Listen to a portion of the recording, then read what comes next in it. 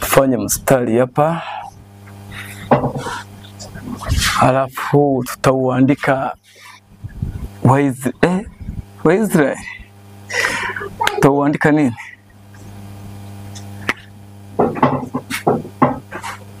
Tuandike hivyo hivyo, Israeli ya kwanza. Israeli iwe ya kwanza. Hii tutaandika Israeli. Israeli ya pili. Sentensi hizo ukienda kwenye maandiko unazikuta ziko. Waisraeli wa leo, una sentensi hiyo inatamkwa mara kwa mara katika Shuhuda za Ellen White. Kwa hiyo tunaitumia hapo. Sasa kama ambavyo somo letu la asubuhi lilikuwa hatujataja hata kinani, lakini lilikuwa linahusu ujumbe wa 1888. Tumeonywa na maandiko tukiambiwa kwamba Mungu hata kuwa na namna nyingine ya kushughulika na watu isipokuwa ile ile aliyoshughulika na watu katika wakati uliopita. Kwa hiyo maandiko yale yakatuambia kwamba yaliyokuwapo ndiyo yatakayokuwapo. Sasa Israeli kama taifa linapokuwapo, tunaona lenyewe kabisa kama utakavyosoma maandiko, kuna kitu ambacho lilifanya mwanzoni kabisa Mungu anapotaka kuliasisi hili taifa. Kuna kitu ambacho Waisraeli walifanya. Tutaangalia kadri tunavyoendelea kwenye vipindi vingine. Na hiki ndio kiliweka msingi wa anguko la taifa la Israeli na kumkataa Kristo. Baadaye ndio madhara yake yalikuja kudhihirika. Baadaye ndio madhara ya hiki tukio lililofanya huku nyuma. Wakati wanatoka Misri, mwanzoni tu Mungu anapoliasisi, kuna tukio walifanya ambalo madhara yake ni kile ambacho tunakuja kukiona wakimkataa mfalme wa uzima.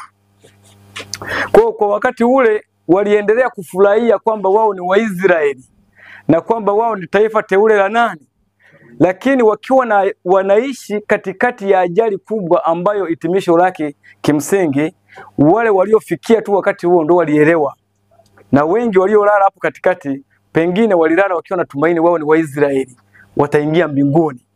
Yumkini siku watakapoamka hali ya mambo ikawa iko tofauti.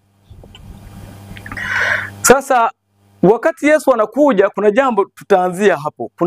Kuna jambo ambalo Mungu anashughulika na taifa hili. Kitabu cha Wafalme wa kwanza, nitaomba tusome hapo tuje tuone ajali gani sisi ambayo tulio nayo. Wafalme wa kwanza sura ya 9 fungu la kwanza, tutaenda mpaka fungu la 8 na la 9. Neno la Mungu linasema, ikawa Suleimani alipokwisha kuijenga nyumba ya Bwana. Baada ya Suleimani kumaliza kuijenga nyumba ya Bwana na nyumba ya mfalme na mambo yote yaliyoingia moyoni mwake Suleimani, naye akataka kuyafanya. Basi Bwana akamtokea Suleimani mara ya pili kama alivyomtokea huko Gibeon. Bwana akamwambia, nimeyasikia maombi yako na dua zako ulizotoa mbele zangu. Nimeitakasa nyumba hii ulioijenga ili niweke jina langu humo milele. Tena macho yangu na moyo wangu utakuwapo hapo siku zote. Na wewe ukienda mbele zangu kama alivyokwenda Daudi baba yako, kwa ukamilifu wa moyo na kwa adili, kufanya hayo yote niliyokuamuru na kuzishika sheria zangu na hukumu zangu, ndipo nitakapokifanya imara kiti cha ufalme wako juu ya Israeli milele, kama nilivyomwahidia Daudi baba yako, nikisema, hutakosa kuwa na mtu wa kukaa katika kiti cha enzi cha Israeli. Bali mkigaili mkaacha kunifuata, ninyi na watoto wenu, msizishike sheria zangu na amri zangu nilizoziweka mbele yenu, tena mkienda na kuitumikia miungu mingine na kuiabudu, basi nitawakatilia Israeli mbali na nchi hii niliyowapa, na nyumba hii niliyoitakasa kwa jina langu nitaitupilia mbali na macho yangu, na Israeli watakuwa mithali na neno la tusi katika mataifa yote. Okay. Ukisoma hapo ni kama kuna makubaliano ya aina ngapi? Kwanza kuna ya Mungu na taifa la Israeli hapo katika sentensi, na kuna ya Mungu na nyumba ya nani? Israeli, ya Daudi. Wewe kama ukienda kama alivyoenda Daudi baba yako, ndipo itatimiza yale aliyomwambia Daudi, hutakosa mtu wa kukaa katika kiti cha enzi. Lakini ametangulia hapo kusema juu ya nyumba ya nini? Kutakasa lile hekalu na kuweka hapo jina lake siku zote. Anapomaliza hapo anakuja kwa Sulemani. Anaongea na Sulemani. Baada ya hapo anashuka chini anasema, lakini anaunganisha wote, kama mkienda kinyume na amri zangu nilizowapa, mkaiendea miungu wengine, mkafanya hivyo, ndipo Israeli itakuwa neno la tusi katika mataifa yote. Nyumba hii niliyoitakasa leo itakuwa nini? Amesemaje? Anasema, na nyumba hii niliyoitakasa kwa jina langu nitaitupilia mbali na macho yangu, na Israeli watakuwa mithali na neno la tusi katika mataifa yote. Ni nini kilitakasa ile nyumba? Mungu alitakasa ile nyumba kwa kutumia kitu gani? Kwa mujibu wa hilo andiko. Amri za Mungu. Kwa mujibu wa hilo andiko hapo hivi. Tulilosoma. Sheria zangu za amri zangu. Anasema na nyumba hii iliyoitakasa, ametakasa kwa nini? Jamani, hatujasoma hapa kweli? Basi nitawakatilia Israeli, fungu la 7. Seti. Ndio. Basi nitawakatilia Israeli mbali na nchi hii niliyowapa, na nyumba hii niliyoitakasa kwa jina langu. Sawa. Sawa? Kwa kilichotakasa nyumba ile ambayo alikuwa amejenga ilikuwa ni nini? Jina la Mungu. Kwa hiyo kama jina hilo la Mungu lisingalitakaswa, lisingekubaliwa, basi Mungu angeliondoa jina lake. Yaani wangekuwa wameondoa utakatifu wao, sio Mungu wangekuwa wameondoa. Habari sahihi. Sasa huo ulikuwa ni mkataba wa Mungu na taifa la Israeli. Na kama wangeendelea kweli kushika hilo jina la Mungu, basi katika mioyo yao ndipo ambapo nyumba ile ingedumu kuwa takatifu, na maandiko yanasema ingesalia mpaka leo. Shuhuda roho ya unabii inatuambia hivyo. Sasa watu hawa katika kitabu cha Yohana 5:34 fungu la 39 tutaenda mpaka fungu la 43. Neno la Mungu linasema, mwayachunguza maandiko, anawaambia hao ni Waisraeli. Kwa sababu mnadhani kwamba ninyi mna uzima wa milele ndani yenu. Samani. Ndani yake. Na hayo ndiyo yanayolishuhudia. Na hayo ndiyo yanayomshuhudia, ambayo wanachunguza wakizani kuna uzima ndani, si ndio hivyo? Kumbe bado kusoma maandiko na kuwa na vitabu hivi tunavyobeba kwenye mabegi, tunaweza tukaendelea na utaratibu huo, lakini bado tusiwe na nini? Na uzima. Uzima bado ikawa ni shida bado. Haya, tuendelee. Wala hamtaki kuja kwangu mpate kuwa na uzima. Mimi siupokei utukufu kwa wanadamu, walakini nimewajua ninyi ya kuwa hamna upendo wa Mungu ndani yenu. Mimi nimekuja kwa jina la Baba yangu, wala ninyi hamnipokei. Mwingine akija kwa jina lake mwenyewe, mtampokea huyo. Sasa jina hilo ambalo lilikuwa limetakasa hekalu ni hilo Yesu alikuwa amekuja nalo, na ni hilo Yesu alikuwa anawahubiria.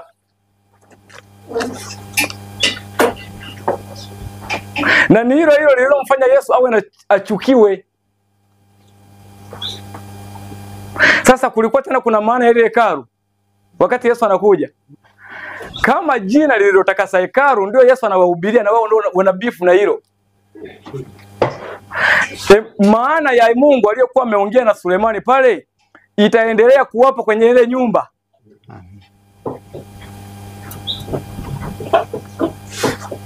Kwa hiyo ingawaje wao walikuwa wakiishi wakijiita ni taifa la Mungu, lakini hawakujua kile kinachowafanya wao kuwa taifa la nani?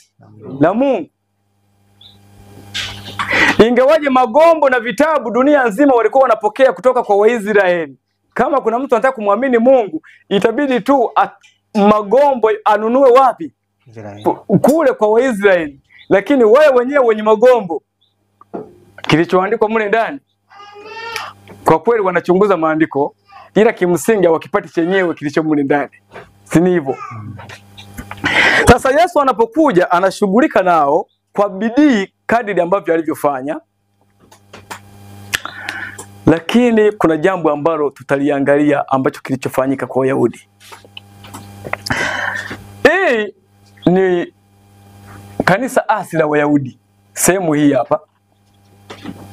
Tayari tunaona hapo ni kanisa asili la Wayahudi. Hapa tutaliandikaje? Watatusamehe lakini kanisa asili. Sawa? Mfumo mzima yani wa hili kanisa, uongozi wake wote uko chini ya utawala wa Shetani.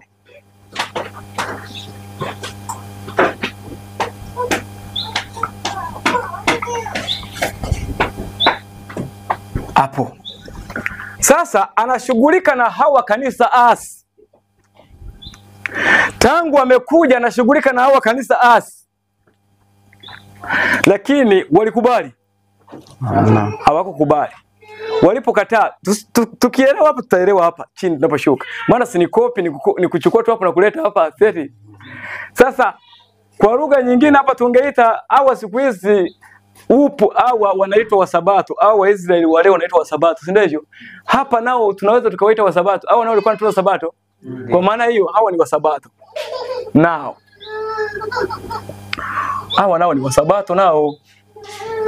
Hawa sasa Wasabato hawa Yesu ameshughulika nao kweli kweli, lakini hawakukubali isipokuwa watu wachache miongoni mwao.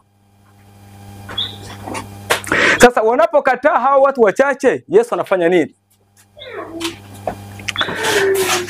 Kitabu kile cha Mathayo, tunajenga msingi hapa ili kusudi tunapoenda tutakapoanza huko mbele tuwe tunaelewa nini tunafanya. Hata kama tutatoka hapa, tunaweza tukatoka hapa tumeelewa vitu. Ila yani ni kabla mjamaliza kupaki mabegi ya safari na kufua nguo, mnasikia mmoja aliyeamini kabisa kama nyie ameshakamatwa, amepigwa ngwara na amekana ujumbe wote. Hayo yanatupata. Yanatupata. Mathayo sura ya 23. Kwa hiyo tunajenga msingi hapa, tuelewe tunapokwenda hapo mbele, tujue kwamba tumejenga wapi. Hiki ambacho tunajifunza hapa huenda kikawa kipya, maandiko yametuambia kitakuwa kinyume na fahamu zetu na yale ambayo tumeamini miaka mingi. Kama ujumbe huo. Sasa unapokuja ijapo utakuwa kinyume, tunaweza tusiwe na namna ya kueleza na kujitetea mbele ya wale watakao tuoji kuwa na hayo. Lakini kama tumejua tumejenga wapi, itatusaidia. 23 Mathayo fungu ile la 37. Neno la Mungu linasema Yerusalemu, Yerusalemu, wawae manabii na kuwapiga kwa mawe wale waliotumwa kwako. Ni mara ngapi nimetaka kuwakusanya pamoja watoto wako kama vile kuku avikusanyavyo pamoja vifaranga vyake chini ya mabawa yake, lakini hamkutaka. Lakini hawakutaka. Kwa hiyo miaka yote Yesu anahangaika kuwakusanya. Sio kwamba pale alipokuja kuzaliwa na Mariamu, tangu kule amewatoa Misri, miaka hiyo yote Yesu anahangaika kuwakusanya waje chini ya mbawa, yani chini ya uvuli wake, chini ya ulinzi wake. Tutaelewa huko baadaye ulinzi wa Mungu kwa namna gani unakuwa hapo kwa mtu. Lakini walikuwa wametaka kama taifa, lakini sio mtu mmoja mmoja. Kama taifa walikuwa wamefanyaje? Wamekataa. Haya, anaendelea kumaliziaje? Fungu la 38 anasema, angalieni nyumba yenu mmeachiwa hali ya ukiwa. Hii nyumba itakuwa tofauti na ile ambayo Sulemani alipigia magoti pale wakati Mungu anamwambia nimeikubali, nimeitakasa nyumba hii. Ni hii au ni tofauti? Hiyo hiyo. Ni hii. Kwa hiyo kama sharti la Mungu kuwepo pale na kuweka moyo wake macho yake pale siku zote, lilikuwa ni wao kushika sheria ya Mungu na hukumu zake, mpaka hapa walikuwa tayari wamevunja makubaliano. Kwa Yesu anapokuja, anaposema nyumba hii, nyumba yenu mmeachiwa, anatangaza sio tena ya nani? Macho ya Mungu tena hayako pale. Kwa hiyo kwa maagizo ya Mungu, kwa maelekezo yake alikuwa hivi: baada ya tukio hilo kutokea, kama Mungu ataikatilia ile nyumba mbali, then Israeli watatapakaa katika mataifa mengine. Alafu huko watakao kwenda kwenye mataifa hayo, kutaja neno Mwisraeli ni kama tu, yani ni tusi.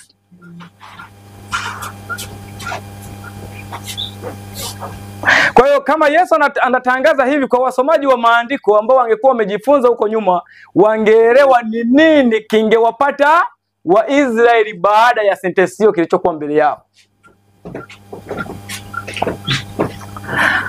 Haya, baada ya hapa tunaelewa kilichofanyika.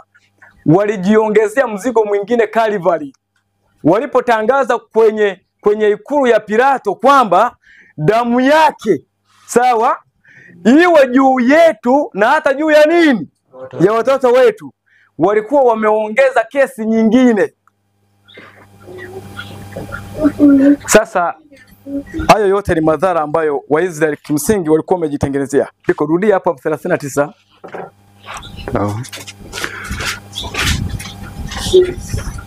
Mwayachunguza maandiko kwa sababu mnadhani kwamba ninyi mna uzima wa milele ndani yake, na hayo ndiyo yanayonishuhudia. Wala hamtaki kuja kwangu. Sawa, subiri hapo kwanza. Sawa. Kwa hiyo Yesu alikuwa anawaalika Waisraeli wote waende nyumbani kwake.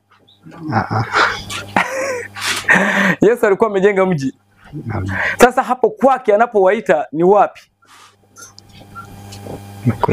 Kwenye jina. Na kwenye kile anachokifundisha eti.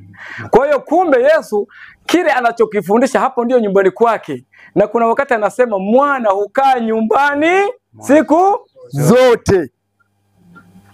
Kwa hiyo Yesu alikuwa anaishi kwenye kile anachokifundisha ndio nyumbani kwake. Ukisema mfuatilie huko anakotembea, anakuambia mbweha wana nini? Wana mapango. Lakini mwana wa Adamu hana pa kulaza nini? Kichwa chake. Wewe usitegemee kwamba utakutana hapo na Yesu maana anakuambia sasa karibu nyumbani, sofa iko hapo kaa. Hiyo kitu hapana. Ila yuko na makao mengine ambako alitamani kila mtu aweko hapo kwenye hayo makao. Sasa haya anaposema si yale anayosema kwamba ninakwenda kuwaandalia mahali. Hiyo sio hiyo. Hii Yesu anayohubiri tayari yuko nayo makao, yuko ndani ya makao hapo Yesu anapohubiri, na anawaita watu wote waje hapo nyumbani ambako saa hiyo yeye yuko.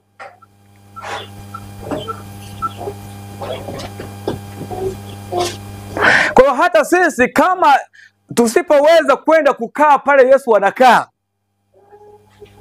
tutakuwa tumeingia kwenye mkorondo ule ambao Wayahudi walikuwa wamo, tukitarajia tuje tuchukuliwe kwenda mbinguni. Kumbe mbinguni hatutaenda. Watakaoenda mbinguni ni wale ambao wamefanikiwa hapa duniani kukaa Yesu anafanyaje? Anapokaa.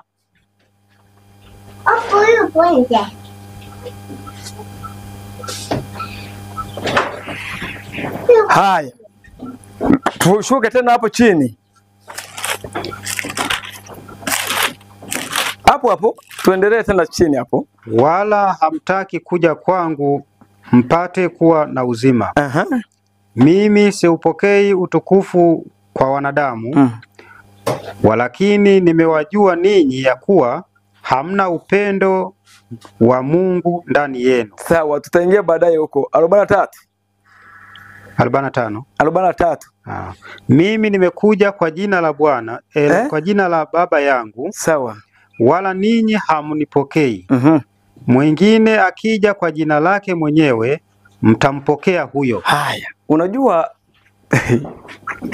ziko sehemu humu kwenye Biblia kila siku zinanifanya Biblia yani niwe na mzigo mrefu kwa kuisoma, kwa sababu hata andiko lilo zani umeshalielewa, yani linakuwa tena yani ni msururu mrefu tena kuanza kuhangaikia, kiasi kwamba kueleza tu ni shughuli kubwa.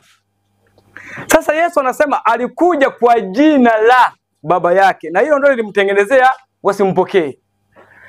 Sasa ziko zana mbili za kuelewa sentensi hiyo. Ya kwanza kimwili tukitaka, ya pili kiroho tukitaka. Kwa jina la Baba yake, kwa maana Mungu alikuwa anaitwaje kule kwa Wayahudi? Yehova. Kwa hiyo Yesu, kilichosababisha wamkatae Wayahudi, walikataa matumizi ya neno lile Yehova alipokuwa akiwahubiria, anawaambia mimi nimekuja, Yehova ndiye amenituma. Ni hiyo sababu walifanya wamkatae. Na kama hiyo itakuwa ndio sababu ilifanya wamkatae, kwa sababu Yesu anajiita Yehova, anajiita yeye ametumwa na Yehova au ni mwana wa Yehova, kama ndio hiyo kutaja Yehova, basi lazima tushuhudie kwamba katika Israeli walikuwa wana marufuku ya kutaja jina hilo. Kwa hiyo shida ambayo Yesu alikuja kufanya ni kwamba alianza kutamka kile ambacho hakitakiwi Israeli. Sasa sisi tukubaliane, ndio kweli huo? Kwa hiyo kwa nini Yesu alikataliwa? Hawakukataa neno Yehova kwa sababu ametumwa na Yehova, sio hilo jina analomaanisha hapa, ni kitu kingine. Anasema mwingine akija kwa jina lake mwenyewe. Kwa hiyo wako wawili, kuna mwingine naye ana jina lake. Sasa huyo mwingine anapokuja kwa jina lake, Wayahudi wanakubaliana na jina hilo, yani wanamkubali kwa sababu ya jina hilo. Sasa huyo mwingine nani? Aliyekuja Israeli kama taifa, wakamkubali huyo mwingine na jina lake. Ni yule nani? Yule aliyesema afunguli, ni Baraba. Atakuwa ni Baraba? Anayemaanisha hapo? Lazima awe nani sasa huyo? Shetani. Lazima awe shetani. Sasa shetani, Wayahudi wanapomkataa Yesu wanatangaza hivi: sisi wewe hatutaki kwa jina lako, ila tunamtaka shetani. Hilo jina ndio sisi tumelifurahia sana. Yaani sisi tunamtaka shetani. Ndio ilikuwa walivyomkataa Wayahudi, walikuwa wamekubali jina hilo la shetani. Itakuwa ndio maana yake halisi. Kitabu cha Marko 7:6 hadi 9.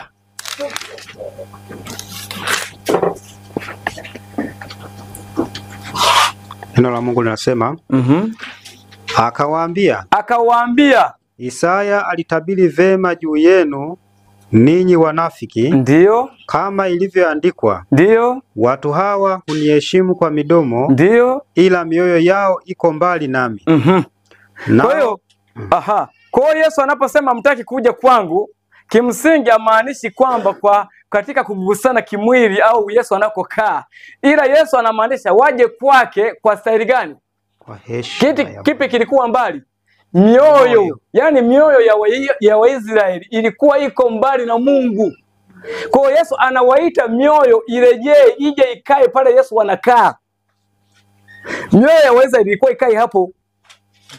Ijapo kimwili kumbe tunaweza kuwa na Yesu karibu hivi tunagongana naye, lakini kiroho tunaweza tuwe mbali naye kwa namna hiyo hapo. Sasa anawaambia watu wao uniheshimu kwa midomo, ila mioyo yao iko mbali nami.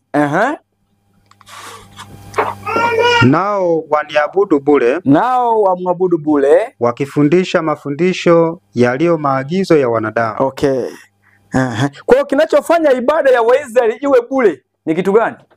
Mafundisho ya wanadamu. Mafundisho yaliyo maagizo ya wanadamu. Kwa hiyo kama wanafundisha mafundisho ya wanadamu, wamekataa mafundisho ya Mungu, si ndio hivyo? Aha. Sasa Yesu anasema kile kilichofanya wamkatae Yesu ni nini? Walichokataa jina la baba yake, si ndio hivyo? Aha, tushuka chini hapo tena. Ninyi mwaiacha amri ya Mungu, Ninyi mwaiacha amri ya Mungu na kuyashika mapokeo ya wanadamu. na kushika mapokeo ya Wanadamu. Okay. Sasa tusimame hapo hapo. Kwa hiyo kimsingi Waisraeli walipokataa jina la Mungu wakakubali jina la yule mwingine, badala yake walikuwa wamekataa nini? Tukiingiza hapo katikati, yaani kwenye hili fungu tukiliuanisha na ile sentence Amri. yaani walikuwa wamekataa amri ya Baba wakashika maagizo ya amri za nini? Za wanadamu. Wakashika maagizo ya wanadamu. Kwa hiyo maagizo yale ya wanadamu ndilo lilikuwa jina la yule mwingine ambaye ni nani? Shetani. Ambaye ni Shetani. Sasa nasema mnafundisha maagizo ya wanadamu, unajaribu kupata maana nyingine ndani kidogo ukiingia. Yaani unajua ingia akilini kwamba ikifika siku ya Sabato, aidha katika masinagogi yote Uyahudi walikuwa wamejenga masinagogi mara mbalimbali ambayo walikuwa wanafanyia ibada. Acha nyumba ile ya hekalu. Sasa kule maagizo ya wanadamu yalikuwa yanafundishwa. Ni ngumu kusema kwamba ilikuwa mtu mwenyewe unapopangwa kipindi ukifika siku ya Sabato pale kanisani ndipo unajisomea wewe ya kwako uliotengeneza, yani ndani ya kwako uliotengeneza, au kulikuwa tayari kuna mafundisho mengine yaliyokuwa yameandikwa kwenye vitabu vingine yaliyokuwa yakitumika kama sehemu ya mafundisho kwenye masinagogi kwenye taifa la Wayahudi. Mafundisho ya jumla. Hiyo ya pili lazima kuwe na mfumo wa mafundisho yaliyoainishwa ambayo lakini hayatoki kwenye neno la nani? Yako kinyume na neno la Mungu ambayo ni uniform ili ukubaliwe kama Myahudi. Wewe utembee katika hayo na huwezi kuwa mwalimu kama ukubaliani na hayo. Sasa maana yake nini? Maana yake ni hivi. Kama vile leo tunagombana na lesoni, tunagombana na kanuni. Sawa? Tayari Wayahudi walikuwa wamejitengenezea kanuni, vitabu vingine vya mafundisho.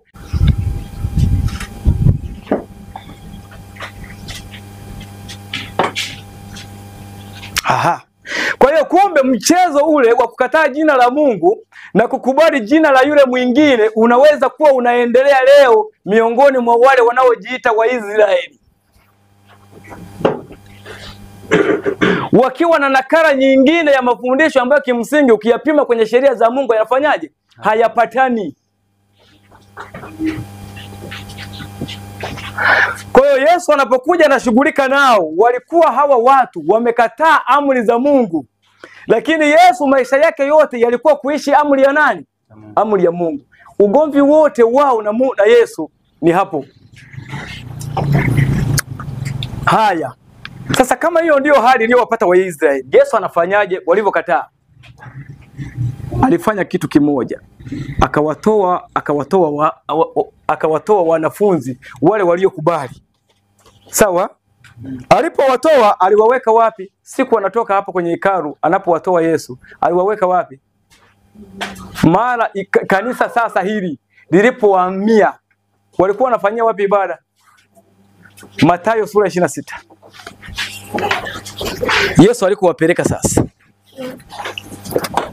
Ambayo hii tukimisi hii kimsingi hatutaelewa kule kanisa linakokwenda, tunakosafiri kwenda hatutaelewa mpaka tumeelewa hii. Tukimisi hii tumepishana na mvua ya masika hii, kwa sababu hapa kuna mvua ya vuli. Bwana Yesu asifiwe. Hapa Yesu anapotembea na hili kanisa anashughulika nalo, anatembea nao akiwahubiria mbele yao kukiwa kuna mvua ya vuli. Yaani kama wangekubali kama taifa zima, wote wangepokea mvua ya vuli. Sasa kanuni iliyotumika muda mfupi kabla ya mvua ya vuli lazima itatumika hapa. Sasa tusipoelewa hapa kanuni ya hapa, kimsingi hapa tutapishana.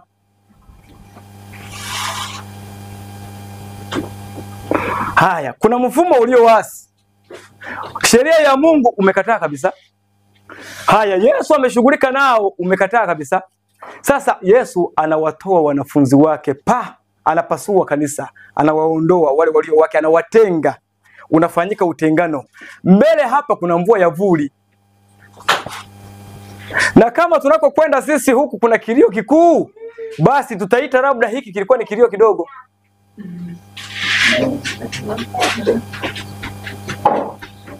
Haya. Tumesema tunafungua kitabu gani? Mathayo 26. Hapa tunafanya summary, tunajenga msingi wa kile ambacho tunakuja kuendelea nacho hapo. Mathayo 26 fungu la 17. Mathayo 26:17. Hata siku ya kwanza ya mikate isiyotiwa chachu. Siku ya kwanza ya mikate isiyotiwa chachu, wanafunzi wake wakamwendea Yesu. Ndiyo. Wakamwambia, ndiyo, ni wapi utakapo tukuandalie uile Pasaka? Sasa swali hili hawajawahi kumuuliza tangu kazi imeanza ya kuhubiri. Maana siku zote wanaenda wapi? Kule Yerusalemu, wanachanganyikana na makutano kule Karuni. Ndio huduma zote zinaishia huko. Lakini inakuwaje swali hili sasa linaulizwa? Ni kwa sababu tayari katika mawazo yao, kama utakavyoangalia huko mbele, yani wamekwisha kuchipusha uelewa wa kuwa na taifa lingine nje na hilo. Kwa tayari wameshaelewa wale sio wenzao kiimani. Tayari wamekwisha elewa upande wa Yahudi wanasimama na upande mataifa wanasimama ni sehemu hii.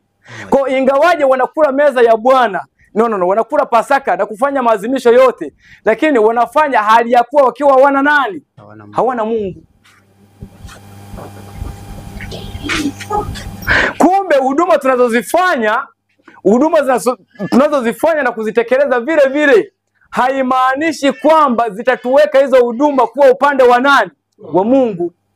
Haina maana mimi kwa sababu nahubiri hapa leo kipindi tabia ya Mungu kwamba sasa nina tabia ya nani? Nitakapomaliza kuhubiri hapa nakuwa nimejipatia tabia ya nani? Haina maana hiyo. Haya. Sasa wakamuuliza, ni wapi utakapo tukuandalie Pasaka ili upate kuila? Kwa sababu walielewa kule mzizi umeshakatika. Hakuna ushirika kati ya Yesu na kule. Kwa hiyo wakaelewa kabisa Yesu hawezi kwenda kule. Kwa sababu kule tayari ni utawala wa shetani kamili kabisa. Sasa Yesu asingechanganyikana na wale eti kwa sababu anakwenda kutimiza hiyo huduma. Sio kweli. Bwana Yesu akawaambiaje hapo 26? Akasema, enendeni mjini kwa mtu fulani. Enendeni mjini kwa mtu fulani. Mkamwambie, mwalimu asema, majira yangu ni karibu. Ndiyo. Kwako nitafanya Pasaka pamoja na wanafunzi wangu. Ndiyo. Wanafunzi wakafanya kama Yesu alivyowaagiza. Sawa. Wakaiandaa Pasaka. Unaweza kuishia hapo. Tunajua kilichoendelea baada ya hapo. Kwenye nyumba hii walipokaa, siku hii wanamaliza kula Pasaka. Pasaka inahitimishwa jioni ya Ijumaa. Alhamisi, usiku wa Ijumaa. Yani giza la Ijumaa likiwa linaingia.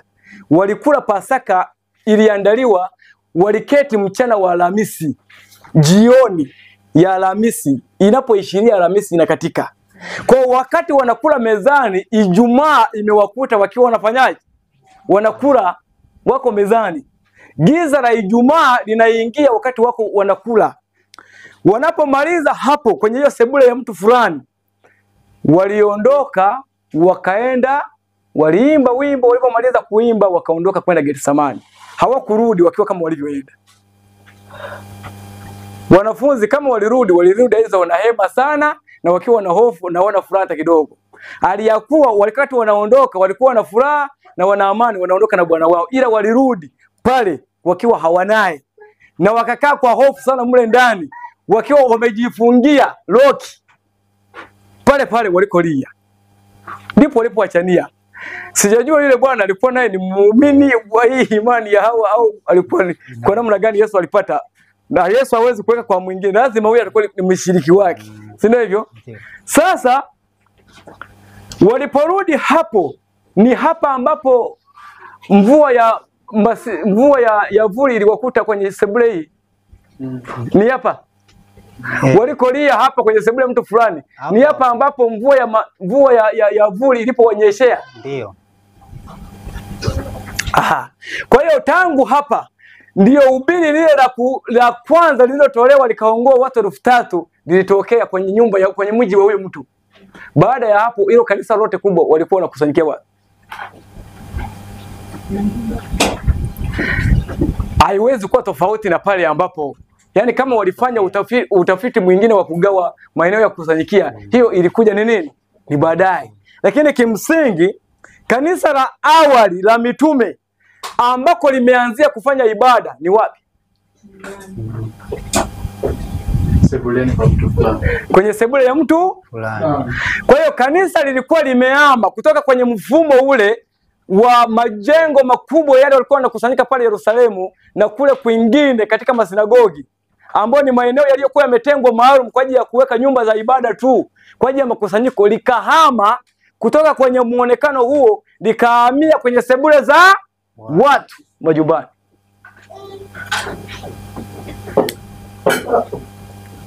Sasa kwa hiyo tunapata nini? Hapa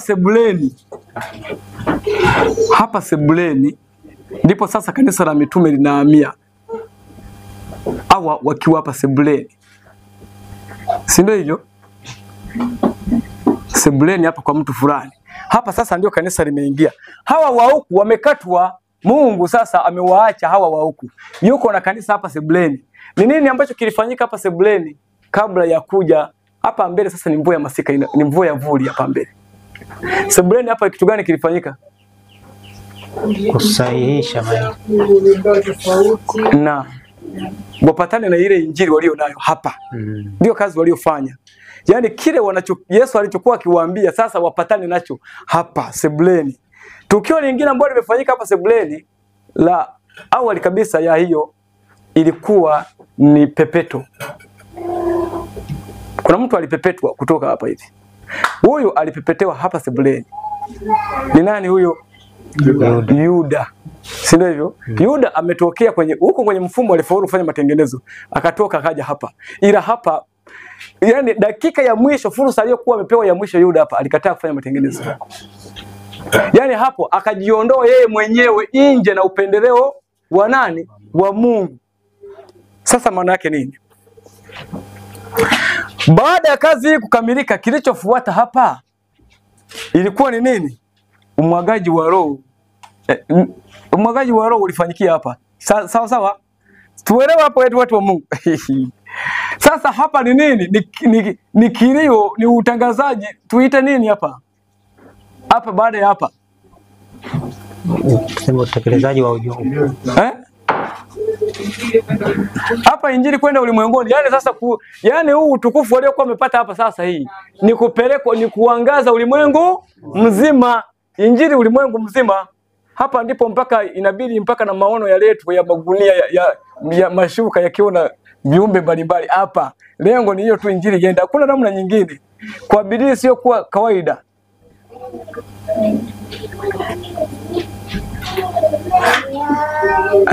Hapa. Sasa ulimwengu mzima ukaangazwa na nuru ambayo hao walikuwa wamepokea kutoka huku kote. Hapa wakiwa wametakasika, sio kama Yuda. Hapa hakuna Yuda hapo, wanapokwenda kupeleka hapa Yuda yuko tayari hapa. Ni watu ambao wamekubali kupatana na kile Yesu alichosema. Maandiko yakasemaje? Kuna sentence hapo Biblia imetumia hapo, ambayo unapoisoma lazima utetemeke kidogo kwamba inakujaje.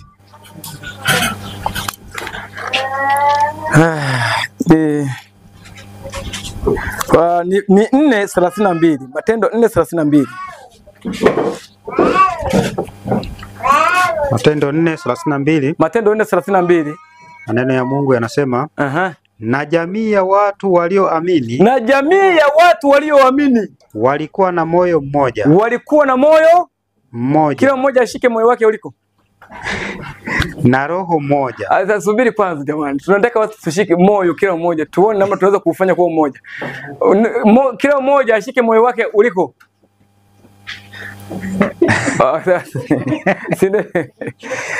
Sasa hapo ndo uelewe kwenye Injili ya Kristo tunatembea na mafundisho yenye yani yana maana kama mbili, kimwili na nini? Na kiroho. Sasa kuna mwingine hapa ameelewa hapa. Amekosea amepatia. Amepatia ila kuna mwingine ameshika hapa. Amekosea amepatia. Yaani ndio sasa amepatia kwenye upande mwingine. Kwenye upande mwingine amefanyaje? Amekosea. Kwa hiyo hata Waisraeli kweli walikuwa wana Waisraeli. Uongo kweli? Wamepatia ila kuna Uisraeli uliokuwa unamaanishwa wenyewe. Huo walikuwa wamefanyaje? Kuna wengi walikosea. Haya, yako mambo mengi.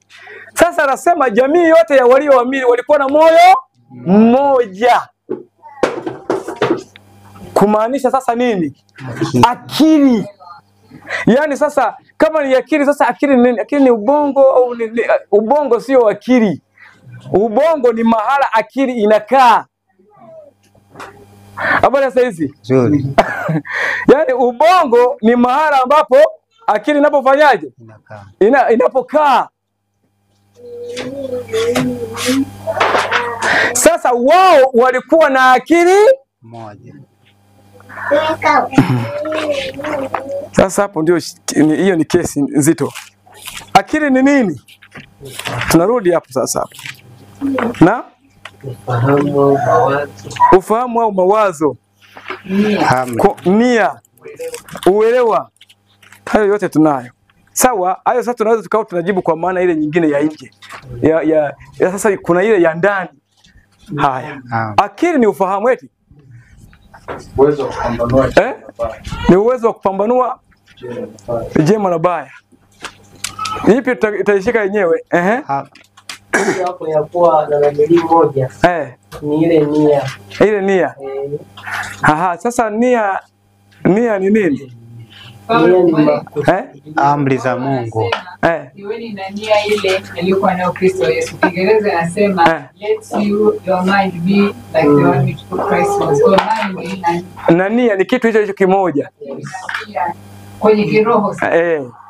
Ni hiyo.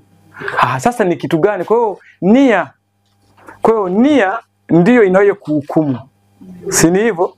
Kwa hiyo nia yako ndio itafanya ndio itaonyesha wewe unasimama upande upi. Upande wa haki au upande wa kweli. Pale nia iliko simama, si ndio hivyo? Sasa tunataka turudi hapa kwenye hiyo nia, ndio Waswahili wameweka hapo nia. Yaani wanatupoteza mbali kabisa kwenye nia. Sasa turudi pale kwenye nini? Mind. Eti hiyo tunaielewa kwa ndani. Japo sasa hiyo kidogo tunaielewa mind, akili. Jamani akili. Yaani unaelewa. Sawa. Sasa wewe unakuwa kama mtu hauna akili. Wewe utafanyaje jambo la namna hiyo? Si ndio? Maana yake nini? Ulipaswa kuwa umeelewa kwamba hiyo haitakiwi. Si ndio? Ni vibaya kwa mtu kama wewe kufanya jambo la hivyo. Si ni kweli? Kwa hiyo ilitakiwa utofautishe kwamba hii kama mimi nanifaa kufanya au kama mimi hii hainifai kufanyaje? Sasa akili ni nini? Vyote nafikiri itachukua ni ufahamu, lakini ni uwezo wa kutofautisha. Huo hasa ndio una make sense. Jema na nini? Na baya.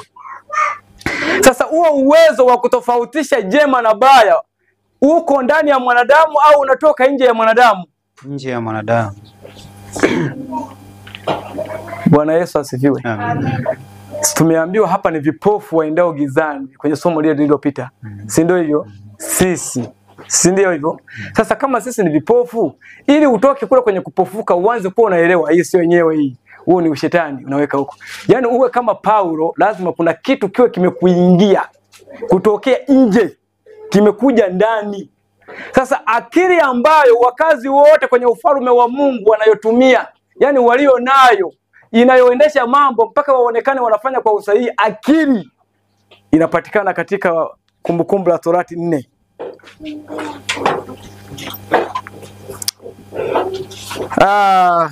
Fungu la 5 na mpaka la 7. Kumbukumbu la Torati sura ya 4 mstari wa 5 hadi wa 7. Neno ya Mungu yanasema, Angalieni, nimewafundisha amri na hukumu. Angalieni, nimewafundisha amri na hukumu. Vile vile kama Bwana Mungu wangu alivyoniamuru. Ndiyo. Ili mzitende katika nchi muingiayo kuimiliki. Ili mzitende katika nchi muingiayo kuimiliki. Sasa uelewe hapo kitu. Kumbe hata ili wamiliki ile nchi, ili Waisraeli waimiliki ile nchi, kulikuwa na kitu ambacho ilitakiwa wawe nacho, wakimiliki hicho kwanza. Kama wakipoteza kuwa na hicho kitu ndani, hata ile nchi ilikuwa waiwezi. Lakini wao walipofika kwenye hiyo nchi wakakiacha hicho, wakaangalia nini? Hiyo nchi na starehe zilizokuwa zinapatikana humo. Unaelewa mwanadamu namna ambavyo anafikiri ni tofauti, yani ni katika mlango tofauti kabisa na Mungu anachomaanisha. Zishikeni basi mkazitende, maana hii ndio hekima yenu na akili zenu machoni pa mataifa watakaozisikia amri hizo amri hizi zote nao watasema hakika taifa hili kubwa ni watu wenye hekima na akili. Umeelewa hiyo sasa hiyo? Ndio. Sasa hizi kumbe tangu mwanzo kabisa kule Mungu anapoongea kwa Sulemani yuko anarudia na kuendelea kukazia na kufafanulia. Musa alishawaambia ili waingie kwenye hiyo nchi na kuimiliki na waheshimiwa katika mataifa mengine yote, wakiwaona wao watu tu wanasema yani kwa kweli taifa hili ni watu wenye akili, ilipasa washike amri za Mungu. Ila kama wangeziacha wao na watoto wao, ndio Mungu anaongea kule. Israeli badala ya kusifiwa kuwa watu wenye akili, wangegeuka kuwa neno la tusi kwenye mataifa yote. Wasomaji wa historia munaelewa. Katika bara la Ulaya, katika Asia, Wayahudi baada ya kuwa wametolewa pale mwaka 70, ilikuwa ni aibu kujitambulisha wewe ni Myahudi. Katika mataifa bara la Ulaya. Ni hiyo imeendelea kwa muda mrefu kudumu mpaka miaka 1930 na 20 kitu hapo 30 40. Wayahudi bado ni watu hohehahe wanaoteswa sana na kila taifa duniani. Wakiwa ndio alama ya watu wenye sifa mbaya za wizi na unyang'anyi. Katika jamii za watu mataifa mbalimbali yaliyochanganyikana nao. Kwa hiyo namna gani ambavyo wangemiliki ile nchi ilikuwa ni kwa kushika nini? Kwa kushika sheria. Namna gani ambavyo wangekuwa na sifa njema katika mataifa ilikuwa ni kwa kukaa katika hiyo sheria. Lakini jambo hilo kwa Wayahudi lilikuwa limefanyaje? Limekosa kuwa na nafasi. Kwa hiyo wakashika jina la yule mwingine ambayo ni mafundisho ya nini? Ya wanadamu. Wakapoteza nafasi ya kumjua Mungu. Kwa hiyo kutoka hapa sebuleni, watu wao wa hapa walijifunza wakawa na nia moja, kwa maana ya akili moja, ambayo ni sheria ya nani? Kwa hiyo uweze kufika katika kanisa la hapa, sawa? Yaani mmoja akawa anafundisha hivi, mwingine anafundisha hivi. Habari saizi? Yaani hamwezi kuja na mjadala wa kujadili hapa mkashindwa kufikia hitimisho hapa. Watu wote hapa wanakuwa na uelewa mmoja hapa. Makanisa ya hapa yanakuwa na uelewa mmoja hapa. Walioamini. Haya. Baada ya jambo hilo sasa, injili inaenda ulimwenguni ikiwa safi na watu ambao pia wametakasika. Hapa ndiko ambako matokeo makubwa ya uongofu wa watu duniani yalipatikana. Ukristo ukazipindua dini za mataifa mbalimbali yaliyokuwepo na makabila hapa, kwa sababu walikuwa na fundisho na usemi mmoja hawa watu, na walikuwa wametakasika hawa watu. Kazi hii kafanyika kwa mafanikio. Sasa mfumo huu wa Wasabato ulioanguka, huu ulikuwa umeachwa. Sasa kwa hiyo hapa wakati Yesu anapotangaza, tutakuja tuone kama vile Waisraeli walianza wakiwa wachache, Mungu anaanza na hili kanisa wakiwa watu pia ni wachache tu kimsingi. Kama tulivyoona asubuhi, watu wangapi? watu 50. Ni upendeleo wa aina yake, watu 50 kwenda dunia, kuja kujaza hii dunia. Kimsingi hawa watu 50 wameipindua dunia leo kila mahala, mpaka visiwani mahala mimi nimeenda huko. Unakuta kuna mahala, ingawaje kanisa hata liko la mabati la mabanzi, ila wameandika Seventh Day Adventist Church. Kuna kisiwa kimoja nilienda huko Mwanza, mpaka nikafika nikajishika hivi. Yaani kanisa la Wasabato liko huku. Mahala wanakaa wavuvi wa samaki tu huko kisiwa kimoja huko ndani. Yaani kuna kanisa la Adventista wa Sabato mahala pale. Nilisema hivi, kama kweli tungalikuwa waaminifu, ilikuwa 2015 wakati tunakwenda kwenye uchaguzi kwenye uchaguzi ule wa 2015.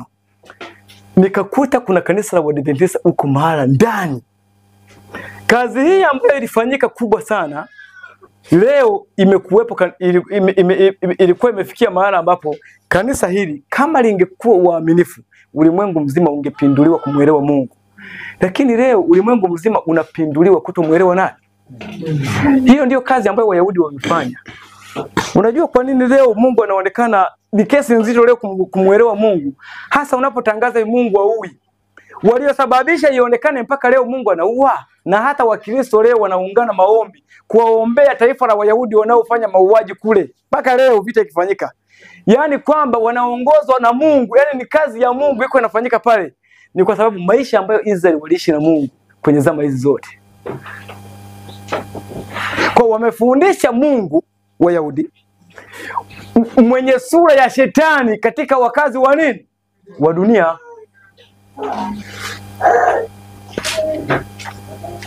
Sasa leo sisi hapa kanisa la Waadventista wa Sabato, yaani kimsingi imefikia mahali ambapo ukitaja wewe ni Mwadventista Msabato, kuna mtu asiyejua tabia za Wasabato.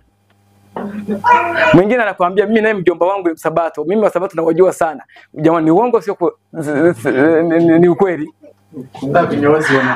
Hata ukiwahi kujitambulisha nyumba kwa nyumba, jamani, hodi. Nyie ni watu gani? Sisi ni Waadventista wa Sabato. Mimi nalishajifunza nao sana. Mimi huwezi kunifundisha chochote kuhusu Sabato. Habari zinaishia hapo hapo. Kwa inakulazimu labda wakati mwingine najitahidi kuwa na usemi tofauti. Mimi ni Mkristo. Walau kuanzisha nafasi ya mazungumzo kupeana Mkristo. Sasa wewe Mkristo gani? Tunapoanza kusumbuana hapo tayari kiti kitakuwa kimeshaletwa. Yaani maana kama nisipofanya hivyo nikiona moja kwa moja mimi ni Msabato, ndio somo langu limefanyaje? Ameshanielewa kwani ni Msabato, sisi ni watu wanajulikana. Haya. Kwa hiyo shughuli hii yote ya kanisa hili Mungu ameshughulika nayo. Anataka wapatie ujumbe ambao ungewafanya waweze kumuelewa. 1888 tunapoona hapa anapokuja hapa na ujumbe aliokuwa amekuja nao kuwapatia, ni ujumbe ambao ungewafanya wasiwe watu wa mataifa katika kumuelewa Mungu na katika tabia hii ya hapa. Ili sasa Mungu aweze kuweka jina lake hapo na kukaa katika mioyo ya Waadventista, ilitakiwa huu ujumbe upokelewe hapa.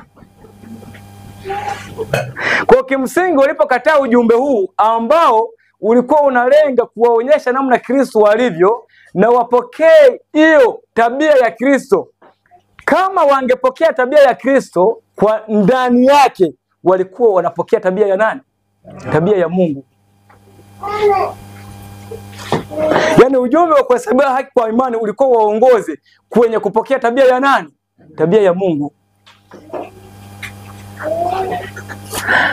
Sasa wanapokataa, Mungu anawapa muda wa kushughulika nao.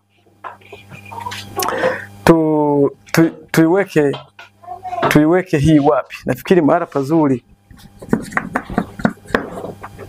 Tuweke hapa hivi. Kuanzia hapa hivi ndio Mungu anahangaika sasa. Huku ujumbe nyuma umefungiwa. Mungu anatembea na Waadventista hapa SDA hapa hivi. Mwanya huu wote hapa amewapa muda wa rehema. Ni huruma tu Mungu hapa ametoa. Sipati sana ni nukuu gani, lakini kunaweza kuwa na nukuu mbili.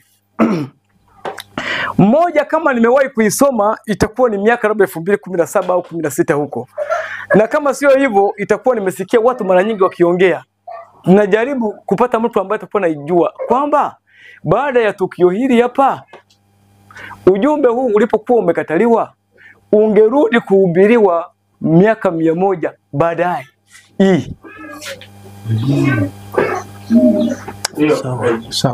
Sawa. Sasa lakini nabii kuna mara anaeleza, anasema ujumbe ule wa kilio kikuu kwamba malaika wa Ufunuo 18 alipoangalia katika maono, aliona kwamba katika wakati wa kurejea kwake kungeambatana na kuwepo na hali ya ni kama majanga au kuanguka kwa kutikiswa kwa mji wa New York, akiwa anaambatanisha kwamba miongoni mwa majengo marefu yaliyokuwa pale aliona yakifagiliwa na nini, na dhoruba au mawimbi.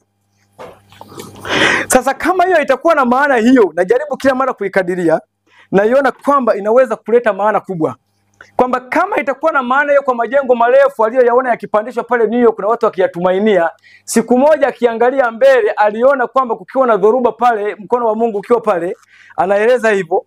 Kama itakuwa hivyo, ikimaanisha ni kwenye Septemba 11 ile ya mwaka 2001, ukikadiria sana kwenye mahesabu yale kutoka 2000 na ngapi? 2001 seti, alafu kutoa ngapi hapo? 1888 tunapata ngapi? 3 hapa eti, si ndivyo?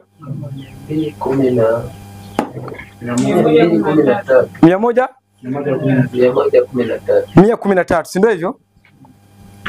Kama maana hii itakuwa ni sawa, kama hii ikawa hivyo, basi kuna uwezekano wa sentensi hile sawa kuwa iko sawa. Kwa hiyo kuanzia miaka ya 2001 na 11 2001 tulisema kwa 2001 sawa, ilikuwa hapa rehema ya kanisa hili la Waadventista Sabato. Ishara ya rehema hii kukoma ilikuwa ni hapo. Hiyo nukuu ya kwamba baada ya miaka 100 ngahubiriwa ujumbe, mimi pia sijawahi kuisoma Lakacha. Hiyo yenyewe nimeshawahi kuisoma kwenye Let's Christians, nafikiri ni sura ya 15. Sawa. Sasa kuanzia mwaka huu ni nini ambacho kinaonekana kwenye kanisa la Waadventista Sabato dunia nzima? Ni msukosuko ndani. Sawa? Watu wakipinga kwa nguvu namna ya mafundisho yaliyokuwa kiendelea humo. Na ni kuanzia hapa 2000, miaka hii 2000 kuja mpaka hivi leo tumeshuhudia kila mahali watu wakijitenga kwa nguvu kuliko ambavyo imewahi kuwa huko nyuma, kutoka kila nini? Kutoka kwenye mfumo huu wa Kiadventista. Ni katika mwaka huu ambapo kumekuwa na Waadventista wengi duniani wanaohubiri ama wanaojiita wana nini? Wana matengenezo. Sawa sawa? Na sura ya makanisa haya yote ambayo yanahubiri wana matengenezo, makanisa haya wanapotoka hapa wanaenda kusalia wapi? Ni sebule ya mtu fulani. Makanisa karibia yote ya wana matengenezo yako kwenye nyumba za watu. Yaani ni mtu amesema, jamani mtakuwa mnasalia hapa, hebu mwe mnakuja tunasalia hapa. Yeye ni sebuleni. Wengine walipojaa hapa sebuleni ndio akasema hebu tuweke banda hapa. Ili tunaelewana vizuri. Lakini bado yako kwenye miji ya nini? Ya watu. Kwa hiyo jambo hili si la bahati mbaya, lina aksi tu kile kilichofanyika katika mfumo huku Yesu aliposhughulika na nini? Na Wayahudi. Sasa hapa wakiwa hapa kwenye sebule, hapa kwenye sebule, kinachotafutwa hapa kwenye sebule ni nini? Bakili moja. wa uelewa mmoja kwenye maandiko. Sura ya 12 ya kitabu hiki cha Matukio. Naanza na ya kwanza kabisa hapa kwenye kupepetwa, ushirika wa kanisa sio dhamana ya wokovu. Kuna kichwa kidogo kinasema hivyo. Anasema hivi, ni kauli nzito niitamkayo kwa kanisa, kwamba hakuna hata mmoja kati ya watu 20 ambao majina yao yameandikwa katika vitabu vya ushirika kanisani walio na maandalizi ya kutosha kufunga historia maisha yao duniani. Yaani kwenye kanisa watu 20 anawaambia hapa, sawa? Hapa anazungumza ni hapa. Yaani kwenye mahala watu 20 wako hapa sasa. Nabii anasema ni kauli nzito, hakuna hata watu 20 miongoni hapa walioko hapa ambao yaani ukiwachukua wana maandalizi ya kufunga historia yao. Yaani kati yao 20 hamna hata mmoja. Kwa hiyo akifa huyo ni chakula cha funza. Hapa hivi. Haya. Hiyo ni kauli nzito na lazima iwe nzito. Anasema ambao kwa hakika hawatakuwa na Mungu pamoja na tumaini duniani kama walivyo wadhambi wengine wa kawaida. Kwa hiyo kumbe kuna wapagani wengi wako hapa.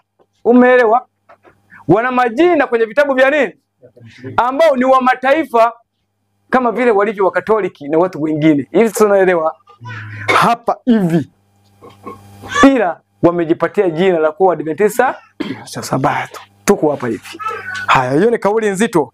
Anasema wale waliopata nafasi ya kuzisikia na kupokea kweli na ambao wamejiunga na kanisa la Waadventista wa Sabato, wakijiita watu wa Mungu wazishikao amri zake, na wakati huo hawana uhai na moyo wa kujitoa kikamilifu kwa Mungu zaidi kuliko wafanyavyo makanisa mengine, watapokea mapigo ya Mungu kwa hakika kama makanisa yapingayo sheria ya Mungu. Habari sasa hizi. Kwa hiyo kuna watu hapa wana kibao kimeandikwa Seventh-day Adventist Church lakini wanapinga sheria ya nani? Wamekataa jina la nani? Jina la Mungu. Kwa hiyo wana jina la nani sahihi? La shetani, wakifundisha mafundisho ambayo ni maagizo ya nini? Ya wanadamu.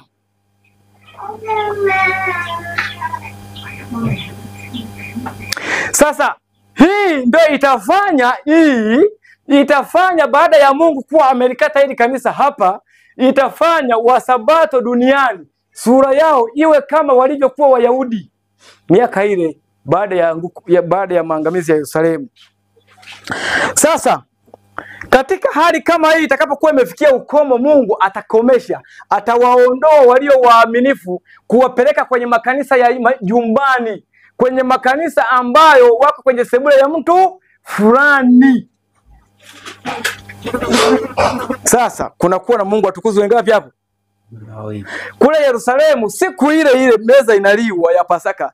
Wale kule walikuwa sina wanaendelea na Pasaka. Haya, huku kuna watu wachache ambao ni wavuvi wa samaki. Sijui hata kama nguo za kubadili walikuwa nazo kama leo mimi na wewe. Maana ni wavuvi wa ziwa Galilaya. Wako pale na bwana mmoja ambaye hana hata kiwanja cha 20 kwa 20. Si ndio hivyo? Ndio wamekaa naye pale. Umeelewa? Alafu mwenyewe huyo tabia yake, ukikamatwa gerezani ukiwa na ubiri injili yake ukiwa rafiki yake, haji kukuona. Si kweli? Umeelewa hapo? Huyo ndiye wako naye, inahitaji akili ziko zimepingukiwa kidogo kwa jicho la ulimwengu kumwamini. Unajua Petro anamfuata Yesu akiwa ameshaelewa Yohana. Petro akiwa amebatizwa na Yohana. Wanafunzi wote wa Yesu walikuwa wamebatizwa ubatizo wa nani? Wa Yohana, walikuwa wamemwamini Yohana. Sasa wanaelewa Yohana na Yesu ni maadui, ni marafiki wa karibu. Marafiki wa karibu tena ni mtu na nani? Na binamu yake, si kweli? Lakini baadaye hapo Yohana yamemkuta ya kumkuta. Akiwa kwenye kazi hiyo hiyo. Yesu alienda kumsalimia. Sasa huyo wewe ndio umeacha tena familia yako unazungukaga na huyo. Hata ukikamatwa ukiwa kwenye kazi hiyo, haji kukusalimia gerezani. Unahitaji uwe na akili isiyokuwa ya kawaida. Wamemwamini. Amewatoa kwenye nyumba, kwenye jengo kubwa lililonakishiwa kwa marumaru, ambako wanakusanyika Wayahudi wote, Wasabato wote wako hapo. Wametoka huko kwenye majumba yao, wameacha kusherekea sikukuu ya kitaifa. Wako hapo wamevalia, na viongozi wasomi wakiwa kwenye majoo ambao wana urafiki na ukaribu na viongozi wa serikali. Uongo kweli? Wanajuana, yani wanafahamika mpaka serikalini. Viongozi ambao kwenda kwa mkuu wa mkoa anapiga simu tu. ndio wanaongoza ibada kule. Unaelewa hapo? Maana hata Herode aliposikia kwamba Masia amezaliwa, alifanyaje? Si aliwaita. Bwana, hebu mniambie Masia anazaliwa wapi? Yaani ni mazungumzo ya kawaida, atazaliwa Bethlehem ya Uyahudi, ndiko ilivyoandikwa. Wakaenda hapo. Na siku wamemkamata Yesu, walienda kwa kutetemeka pale kwa Pilato. Asubuhi mpaka Pilato anauliza, jamani, kulikuwa ni asubuhi yote hii? Wakasemaje? Kama huyu asingekuwa na hatia sisi singefanyaje? Tusingemleta. Watu ambao wana uwezo hata kuongea wakamtetemesha kiongozi wa serikali ndio wamebaki kule. Si Pilato alipotaka kugeuza hukumu ya Yesu walimtishia. Unaona watu wana nguvu sana hao, yani wana mahusiano na serikali kwa ukaribu, usije ukaleta mchezo. Ndio wanaendesha ibada wapi? Kwenye mjengo kule. Si ni ukweli? Yesu naye na timu yake ya watu fulani tu hapo, kwanza hawana elimu. Sawa? Ndio wanaimba Mungu atukuzwe na mkate huko wapi? Kwenye sebule ya mtu fulani. Hapo kuna Mungu hapo? Yani kwa muonekano wa kawaida hapa na muonekano wa kule, wapi kuna Mungu? Kama mwingine akija hawezi kusema ni kanisani. Hawezi kusema kanisani. Mimi siwezi kusali kwenye nyumba za watu. Kuna mara tumehubiri injili, watu wakakataa kuja hivi. Siwezi mimi naenda kusali kwenye nyumba ya watu. Kanisa gani hilo hapo? Watu wamekataa. Sasa kazi hiyo hapa itafanyika. Yesu kufikia hapa anawatoa hapa Wasabato waaminifu, anawaleta kwenye kanisa la nyumbani. Sawa sawa? Wakiwa hapa kwenye kanisa la nyumbani, kuna kazi inafanyika inaitwa nini? Kupepetwa. Kwa hiyo sasa nataka niwaambie hivi, miongoni mwa makundi mengi tunaojiita wana matengenezo, kunaenda kutokea mgawanyiko wangapi? Kwa sababu katikati yetu kuna Yuda ambaye hakubaliani na Yesu anasema. Hata kama ungemsihi kwa jitihada muda mrefu, bado mambo anayoshikilia ni yale, haiko tayari kubadilika. Kwa watu hao kimsingi watasababisha mpasuko hapa kwenye makanisa ya nyumbani.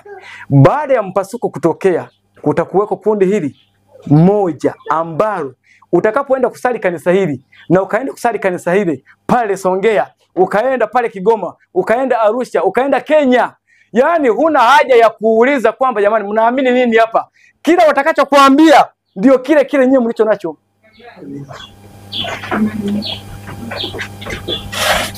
Hivi bado tunakutana hivi, tunatofautiana huyu na sentence hii ni kwa sababu bado Mungu anahangaika kutukusanya tuende pale anapokaa. Lakini sisi kushughulika na kwenda pale anapokaa sio jitihada yetu sana. Tumetupa macho kwenye sheria ya nini? Ya Jumapili na matukio yaliyo mbele ambayo yatafanywa na wale tu watakaopata faida sehemu hii.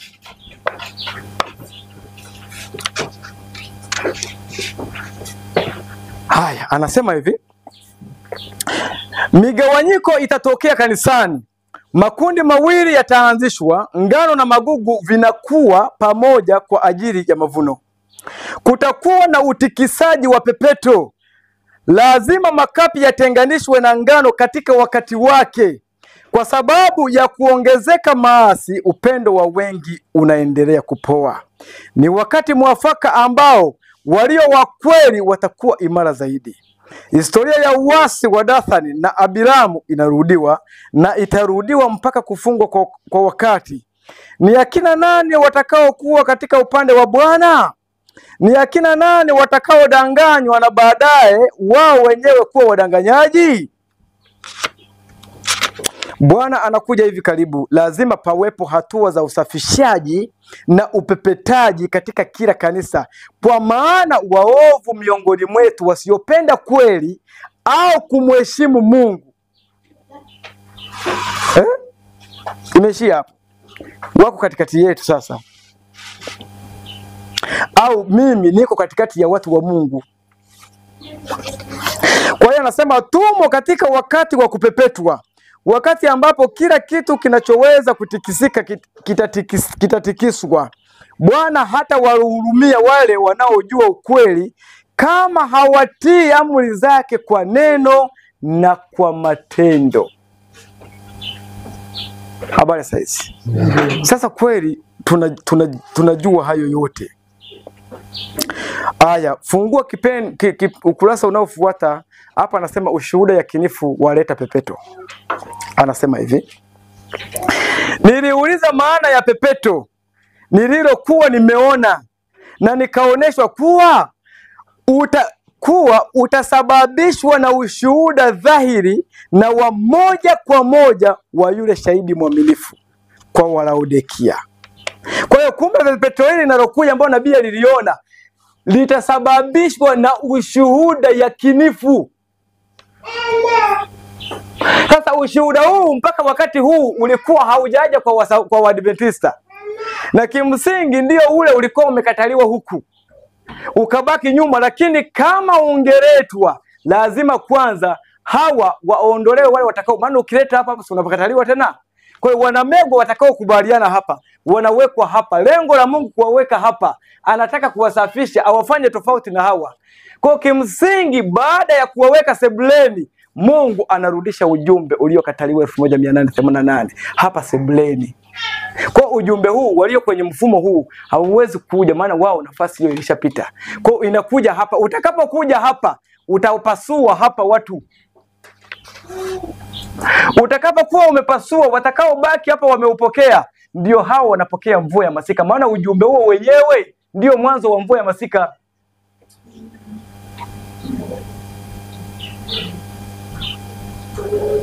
Kwa hiyo ni hapa ambapo ujumbe huu utawafanyia badiliko la kitabia wafanane na Kristo hapa. Baada ya hapa mvua ya masika itakuwa imemwagwa kwa wingi, imefurika, imejaa. Sasa ulimwengu unaangazwa kwa nuru ya nini? Ila mimi sasa hivi hapa bado sijaweza kuangaza kwa nuru ya utukufu wa Mungu.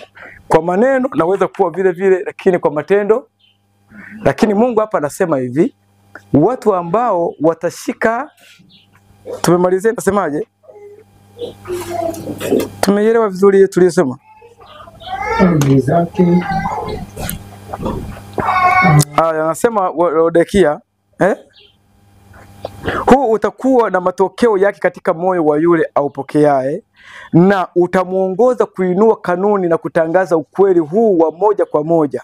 Wengine hawatapokea ushuhuda huu wa moja kwa moja, watainuka ili kuupinga, na jambo hili litasababisha pepeto.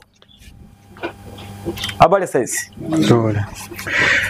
Wale watakaoinuka kupinga ujumbe huu utakao kuja huku hawawezi kusali katika sebule moja na wale waliopokea.